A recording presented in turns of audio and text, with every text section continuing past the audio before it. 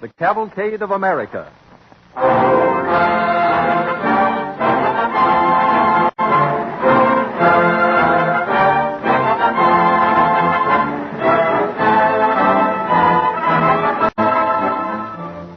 At the start of this evening's episodes in the DuPont presentation of the Cavalcade of America, may I quote from the latest issue of the official publication of the Women's National Radio Committee.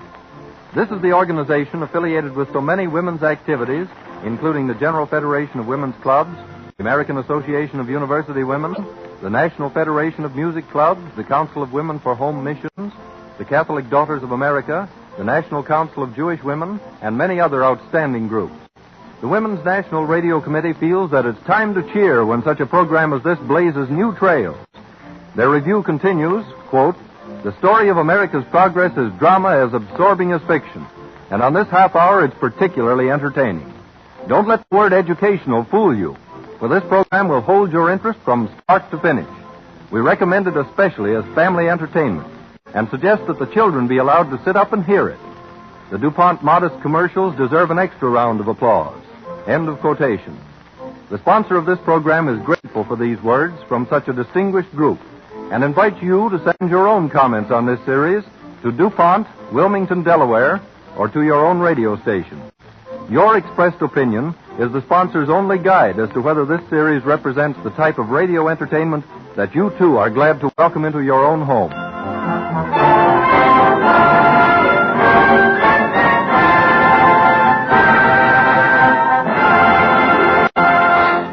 Our Cavalcade Orchestra raises the curtain this evening with the Triumphal March of Greed.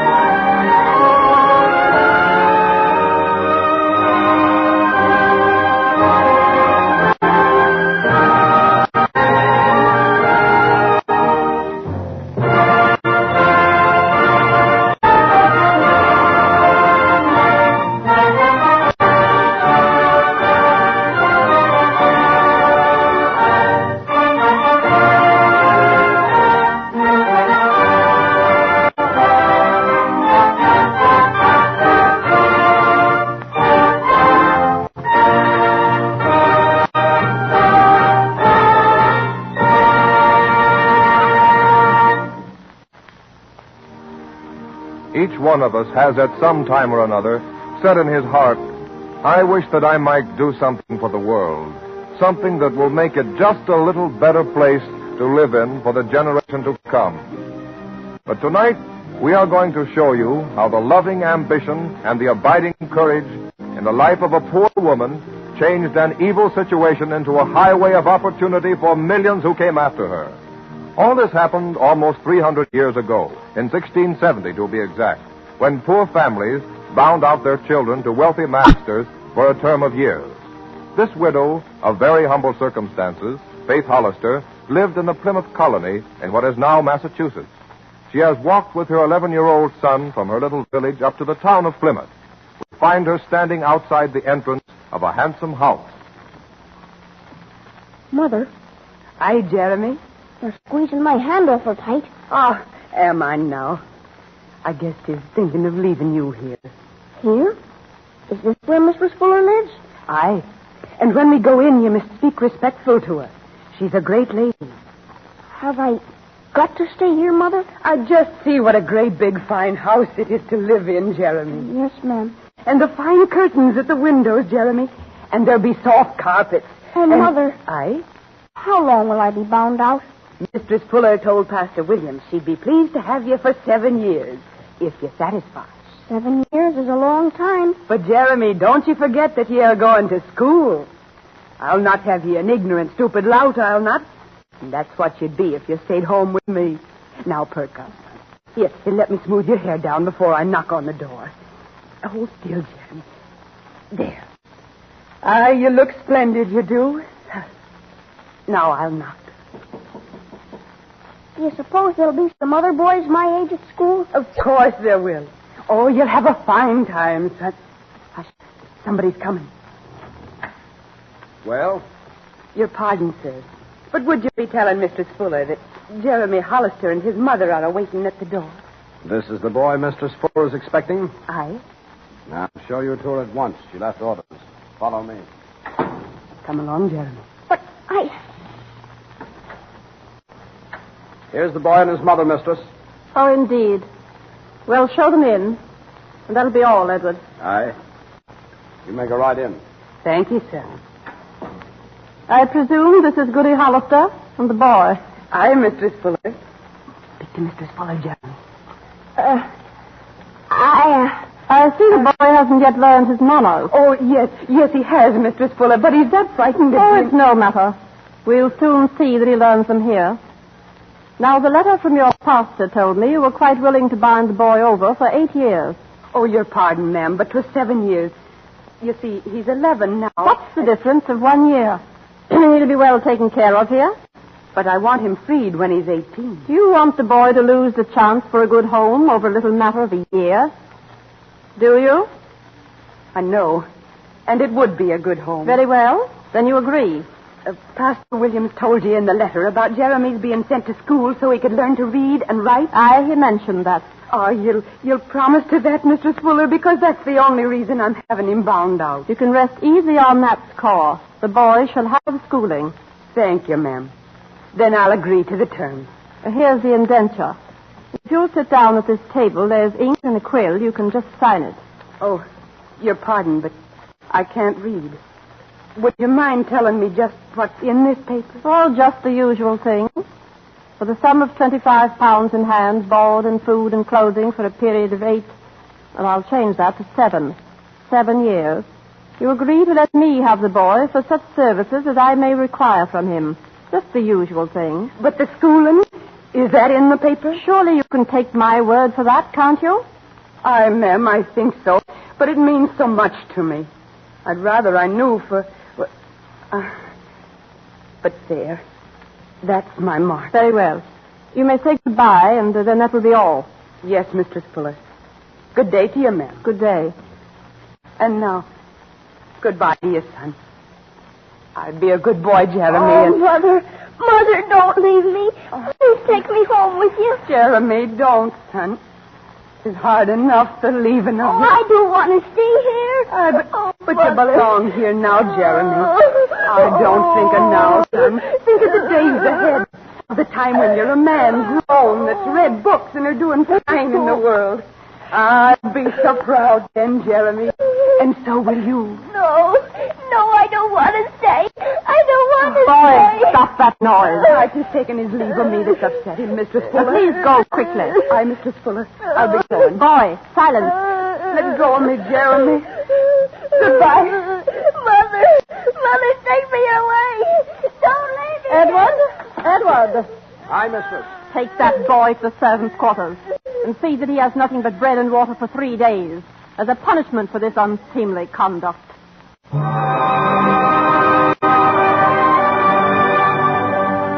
A year passes. Faith Hollister has not been able to visit her son during that period. But at last she stands expectantly after knocking at the Fullers' door. Good day to you, sir. Was there something you wanted? Don't you remember me? I'm Jeremy's mother. I have come to see him. Oh, I'll warrant he's grown so I hardly know him. Mother, that's so... It's me, son. Where be you? I'm coming. Oh, Mother. I'm that glad to see you. Oh, Jeremy. Oh, Mother. Oh, Mother. None of this now. Let me look at you, son. My, how you've grown. I guess I have grown some. Those are awful shabby-looking clothes you've got on, Jeremy. Oh, but there, you didn't know your mother was coming. You'd have put on your best bib and tucker, I'll warrant you. These are the best clothes I've got. You don't go to school looking like that. I don't go to school none. You don't go to school. But you have been going. Nary a day since I've been in this house. Do you mean to say you've had no education at all? None, Mother. None. Not a bit. So, too strict I am. We'll see about this. Where's your missus? She's in the front of the house. Which way? Right through that door. Oh, but you can't go in there. Not without having Edward go in and see if it's all right. Here, you can't go through that door. I don't need Here, anyone wait. to see if it's all right. I'm going in and find out what's the meaning of this. You're not being sent to school. Mrs. Fuller! Mrs. Fuller! Who's calling me? I'll be calling you, and I want to see you. Where be you? Oh, there ye be. Looky here, Mrs. Fuller. If you wish to speak to me, you should have asked Edward. I'm not asking anybody except you. And what I want to know is, why isn't my boy being sent to school the way you promised? Answer me. There's no use getting excited about it. I told you we'd take care of the boy's learning. We have a great deal to teach him. He's not ready for school yet. You promised me you'd send him to school to learn reading and writing. When he's learned his duties here and learned his manners, perhaps then. There weren't no ifs and whens in your promise. You said you'd send him to school, and you aren't sending him. And I want to know when you're going to keep your promise. I have done everything I agreed to do in the indenture. When are you going to send him to school? It's not in the contract. And if you could read, you'd know it isn't. Oh. So that's it. You never intended to give him any schooling at all. You thought because I was a poor widow and the boy was bound to you, you could forget the solemn promise you made. If you don't get out of this house, Goody Hollister, I'll have you put out. So go. I'll go. But I'll see if you can cheat my boy out of the learning you promised him. I'll have this to a magistrate. I'll go to George Story. He often speaks for folks before a magistrate. He'll help me.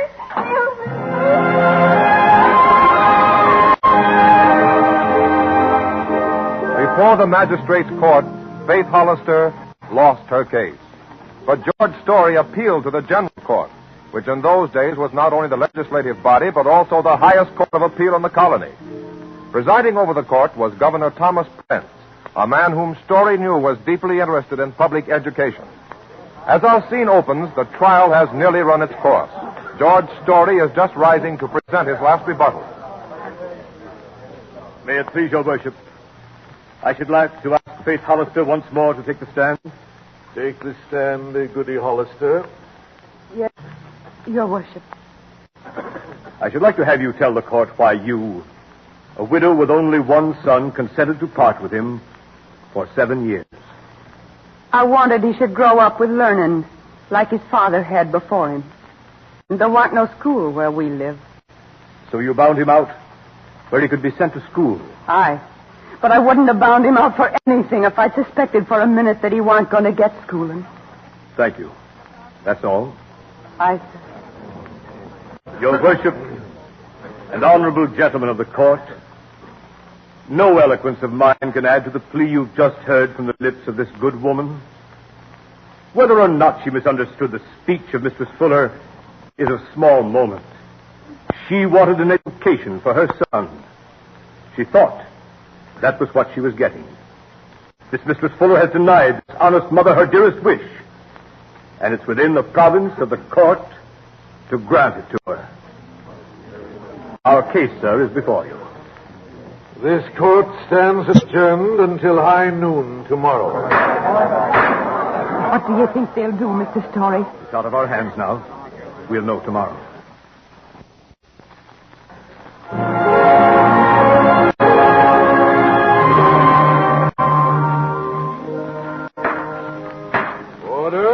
Order in the court. The decision of the General Court in the case of Hollister versus Fuller. The finding is for Mistress Fuller. We've lost. Oh. Too bad. But in view of the peculiar circumstances of the case, the court declares that the indenture shall be null and void, and a new indenture drawn up. What does all that mean? Just a minute, we'll hear. Such new indenture to provide for not less than 2 years of schooling for the bound servant. Furthermore, as the governor of this colony, I declare that hereafter all parents and masters shall be made culpable under the law, unless their children and servants be trained in reading and the fundamental laws. It is so ordered. Court is dismissed. Oh, Mr. Story, all I wanted was for my boy to have some schooling. What does it all mean? It means just that. That your son and countless other children shall have the opportunity for an education.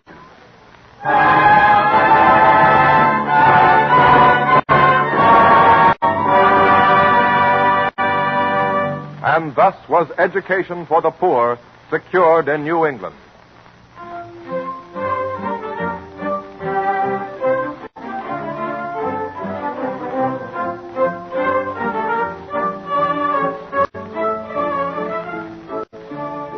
The American cavalcade moved on. The fight for education went on. Although schools were started in all parts of the country, they fell into a truly dreadful condition in the quarter century following the American Revolution. Many of the teachers were illiterate and cowardly, the punishments inhuman and cruel, and the lessons repetitious drudgery. In one of these schools in the town of Franklin, Massachusetts, in the early 1800s, a boy of 14 named Horace Mann is sitting at his desk during recess on the second day of the fall term. His schoolmate, Jasper Goodman, comes bursting into the schoolhouse. Hi, Horace. Hello, Jasper. Well, come on out and play ball. There ain't enough without you. Just a minute, Jasper. Just as soon as I finish my lesson. Oh, come on. Old Nosey don't care whether you read it or not. He'll lick you anyhow. Maybe, but... Oh, what do you want to read for anyway? Well, I just kind of like to know things. Don't you like to know things, Jasper? Well, what good does it do you? Oh, I don't know. It might be handy when you grow up. Huh. That ain't what my pa says. He never went to school but 6 weeks in his whole life. He figures this here schooling is all foolishness. And pa's the richest man in town. He pays the most taxes. Say, we're going to have some fun this afternoon. Tom Carson's coming to school. Why, Tom's too old to come to school. He must be 20. Well, he's coming just the same. And maybe he won't have fun with old Nosey. Oh, old Nosey isn't so bad. He's better than that one we had last year. No, he ain't. He can't hit near as hard as that one could. Guess recess is over. Here he comes. Horace? Jasper? What mischief are you two up to? We ain't doing nothing. I was just reading. Don't you talk back to me. You're up to some mischief. After this, stay outdoors till recess is over. Yes, sir. Recess is over. Come on in here. Hurry. Quiet now. Quiet. Not a word after you come into the classroom, or I'll put you in the dark closet. Take your seats quietly. Class and spelling, come to the front. That's us, Jasper. Horace, will you stop that whispering? Jasper, move over. Let Ephraim stand there. All right, now we're ready to begin. Hello there, schoolmaster. Why, good day, sir. Are you a member of the school committee? Oh, that's a good one. Me, a member of the school committee. Quiet, children. I'm Tom Carson. Well, what is it you want? Can't you see I'm in the middle of a class? Well, I come here to get a mite of learning, too. What? Ain't this a free school? Well, no doubt. All right, then. Learn me something. Silence! I'll flash the hide off on the next pupil that laughs. That's right, teacher. You keep 'em quiet so you can start learning me things. Well, come on. Spelling class dismissed. I'm afraid, Mr. Carson, that I'll have to ask you to stop smoking that pipe in here. Oh, you don't like my pipe, huh? Well, I'll just empty it over here. Then. Oh, no, stop. That's my hat. Hey, you've ruined it. It's a fire. It's burning. The pump water. Oh, that's good, Tom.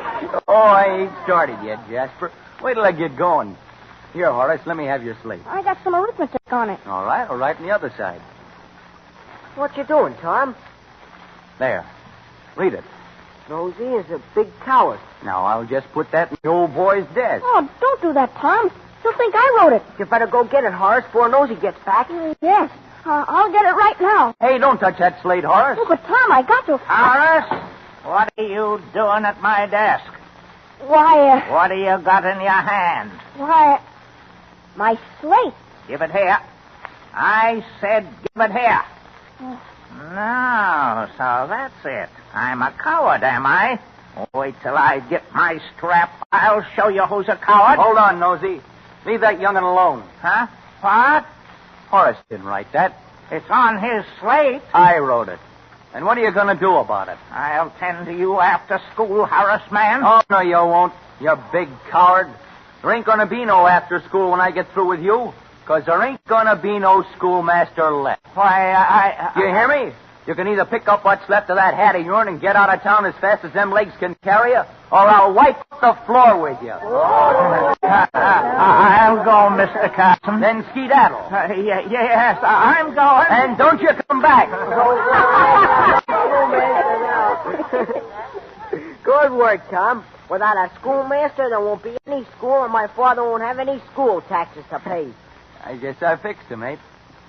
Jasper, you tell your old man I'll be around for that $5 he promised me for closing up the school. I'll tell him. You mean, Tom, that Squire Goodman is going to pay you for what you did? You bet he is, Horace. And he's getting off cheap, too. That doesn't seem right somehow. It seems to me that folks who want to go to school ought to have the chance.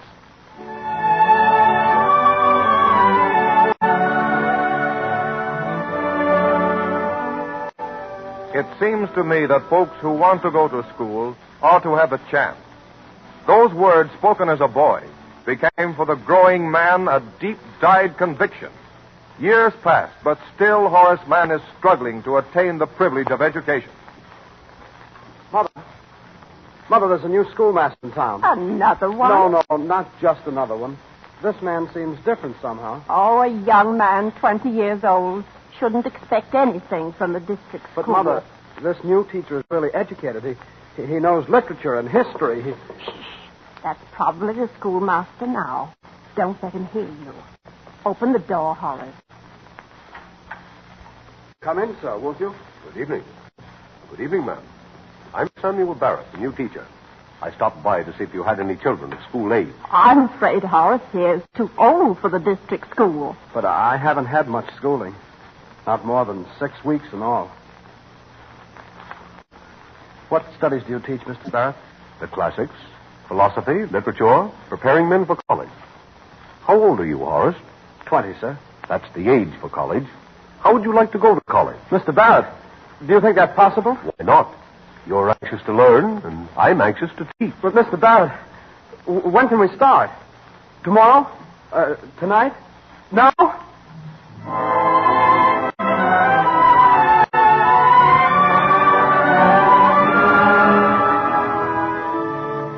In 6 months, young Horace Mann entered Brown University. There he was graduated with honors and later took up the study of law. Elected to the state legislature, he was prominent in reform movements and always ardently interested in education. In 1837, we find him the president of the Senate of Massachusetts, and one day he is visited in his office in the State House by the educational reformer James G. Carter. Mr. Carter, I congratulate you on getting through your bill for a state board to control education. Thank you, Mr. Mann. But everything depends on the man you get for secretary. Quite right, Senator. But we found the man. Well, I'm delighted. Yes, Mr. Mann. Governor Everett is making the appointment. Can't you guess who it is? No, I haven't the slightest idea. Well, there's only one possible selection. The governor has appointed you. But, Carter, what about my family? My clients. My law practice reaches through the state. It's expanding, and You don't need to tell me that. This is the opportunity, Mr. Mann, for you and Massachusetts. And the annual salary is $1,000. Not a very glowing prospect. And yet, what it would mean to the people of this state. Let's consider. May I come in, Sunderman? It's a pleasure to see you at any time, Mr. Westcott. You know Mr. Carter, of course? Of course. How do you do? Well, how do you do? Senator, I want to be brief. My railroad must buy its competitor. But Mr. Westcott is my most valued client. You should know that I'm considering taking the... You're the only man we can trust to negotiate for us. I'm grateful, sir. But really... I'm in a great hurry, Senator, and without waiting for you to name your fee, I'll tell you we shall pay you $20,000. Well, Senator Mann, it seems you're to have no time to consider further. Yes, so it seems. I must make my choice. Another client, perhaps? No, not one other client, Mr. Westcott, but thousands. Yes, millions. The boys and girls of the future. I think I know what you'll decide. Yes, I think you do. I'm sorry, very sorry, Mr. Westcott, but I'm no longer in the practice of law. My books are for sale. My office is for rent. From this moment on, I am devoting my life to the education of young Americans.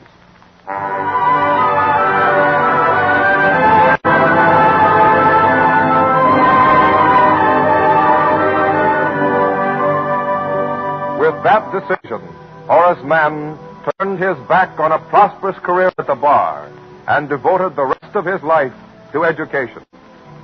So all honor to the poor widow of colonial days whose demand for schooling for her son led to the first laws of universal education.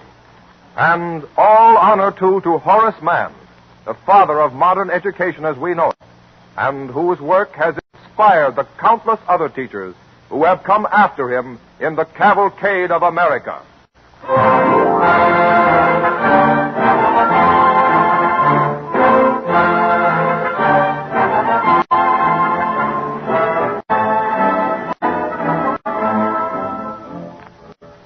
When we think of education, we think of all the arts and sciences that make up human knowledge. Chemistry is one of the most important of the sciences contributing to modern life, for it underlies nearly every industry and serves human needs in countless ways. This week, thousands of people are flocking to the automobile show here in New York to see the 1936 models, and other thousands throughout the country are thinking about new cars for themselves. The automobile might well be called a chemical factory on wheels, for the very power that drives it along the highway comes from a chemical reaction, the combustion of gasoline. And even this fuel has been vitally improved by the addition of certain chemicals.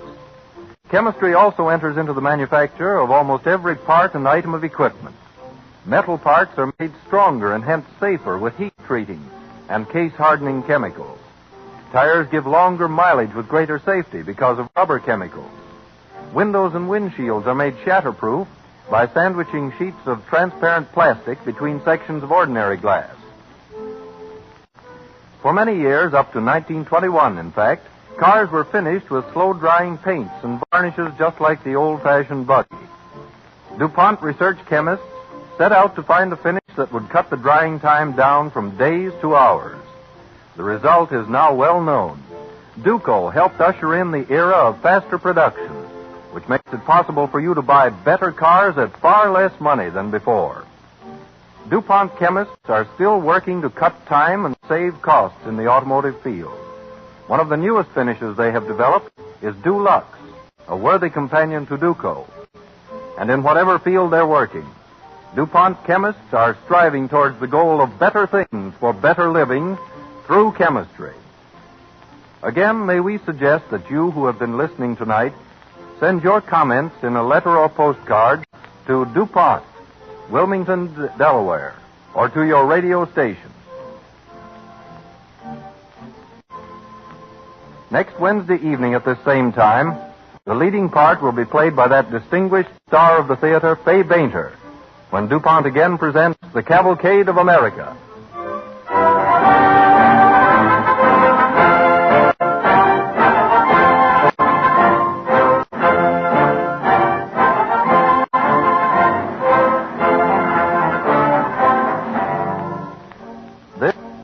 This is the Columbia Broadcasting System.